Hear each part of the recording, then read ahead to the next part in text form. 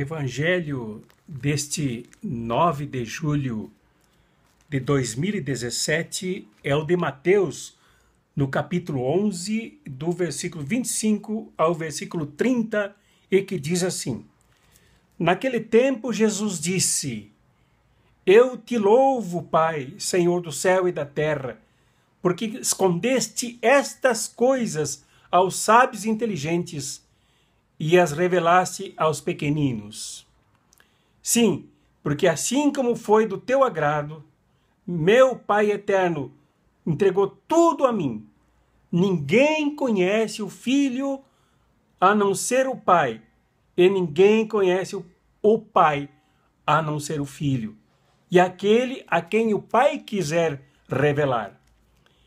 Venham para mim todos vocês que estão cansados de carregar o peso do seu fardo, e eu lhes darei descanso. Carreguem a minha carga e aprendam de mim, porque eu sou manso e humilde de coração, e vocês encontrarão descanso para suas vidas, porque a minha carga é suave e o meu fardo é leve. Este é o Evangelho.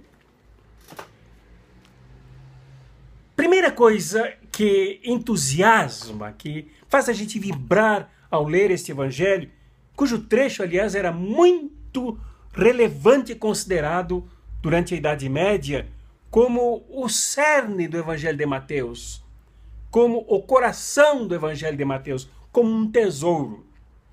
A primeira coisa, portanto, que eu destaco aqui é o fato dessa sabedoria que Jesus louva, que foi escondida aos sábios e inteligentes e revelada aos humildes.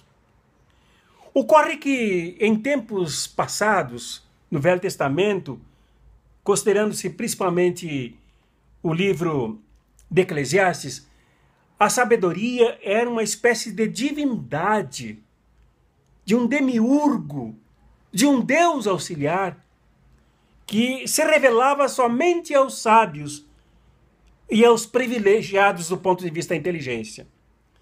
E nos tempos de Jesus, eram sábios inteligentes os fariseus, os escribas, os mestres das grandes correntes religiosas, como por exemplo da seita de Qumran, e outros que se fechavam em círculos em si mesmo, distantes do povo, principalmente dos mais humildes, dos mais excluídos da sociedade, das riquezas e dos bens da vida. No entanto, Jesus aqui louva ao Pai numa verdadeira doxologia, num verdadeiro hino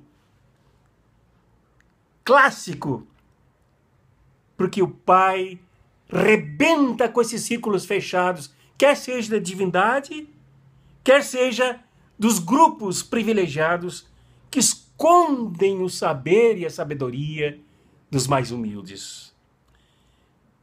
Jesus louva a Deus porque ele tem o privilégio de ser esse que revela a sabedoria aos mais humildes, aos mais desprezados da Palestina e do mundo inteiro, os desprezados pelo Império Romano, os desprezados pelos chefes e donos de religiões, de igrejas, até daria para acrescentar aqui, para revelar aos humildes, aos analfabetos, aos doentes, aos excluídos, aos massacrados por esses sistemas dominantes.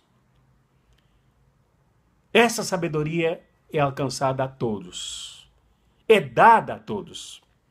Porque Jesus entende aqui, segundo a descrição de Mateus, que a relação entre ele e o Pai é uma relação que agora é partilhada.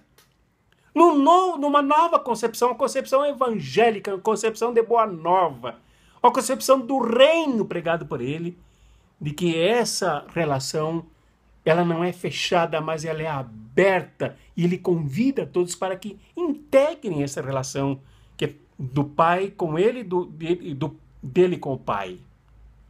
Aberta dos dois lados e agora aberta para todos, principalmente para os mais humildes, excluídos e oprimidos.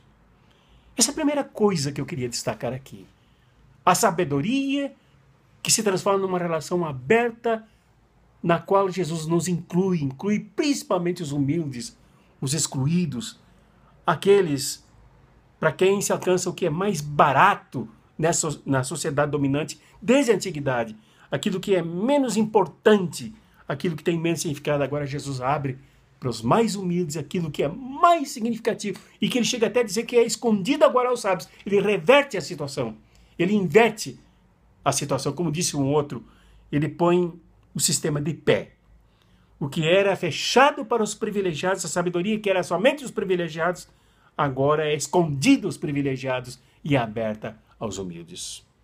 A segunda coisa que eu destaco aqui, para não tornar esse vídeo muito longo e deixar que vocês explorem, que vocês estudem, que vocês leiam esse texto desse domingo, é a questão da mansidão, do fardo de Jesus. Esse fardo ele é dividido em duas partes aqui em Mateus. Primeira parte é um fardo pesado, é o fardo dos religiosos, é o fardo dos fariseus, que se tornam obedientes ao Império Romano, ao Império dominante, ao Império que esmaga, ao Império que desumaniza, o Império que desgraça, o Império que faz as pessoas tristes e abatidas. Não é nada daquilo que alguns pregam aí, espiritualizando o Evangelho, dizendo que é por causa do pecado, né, do ponto de vista moralista e tal. Não, é por causa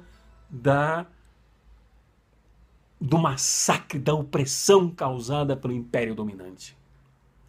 Hoje dá para dizer que as pessoas estão muito tristes, inclusive aqui no Brasil, muito abatidas, desiludidas, né?